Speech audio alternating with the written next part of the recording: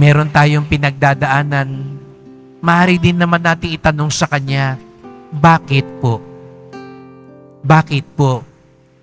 Ihiling kagad natin sa Kanya, tanggalin niyo na po. Kung hindi niya pa natatanggal, kung hindi pa ito nawawala, tanong din natin sa Kanya, bakit po?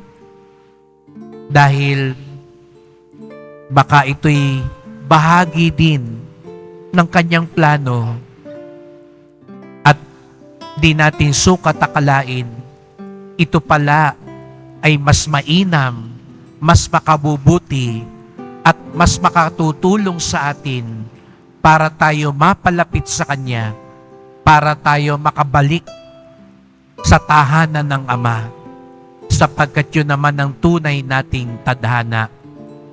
Ang handog ni Jesus Nazareno sa atin, hindi lang maginhawang buhay, kung hindi mabunga at makahulugang buhay.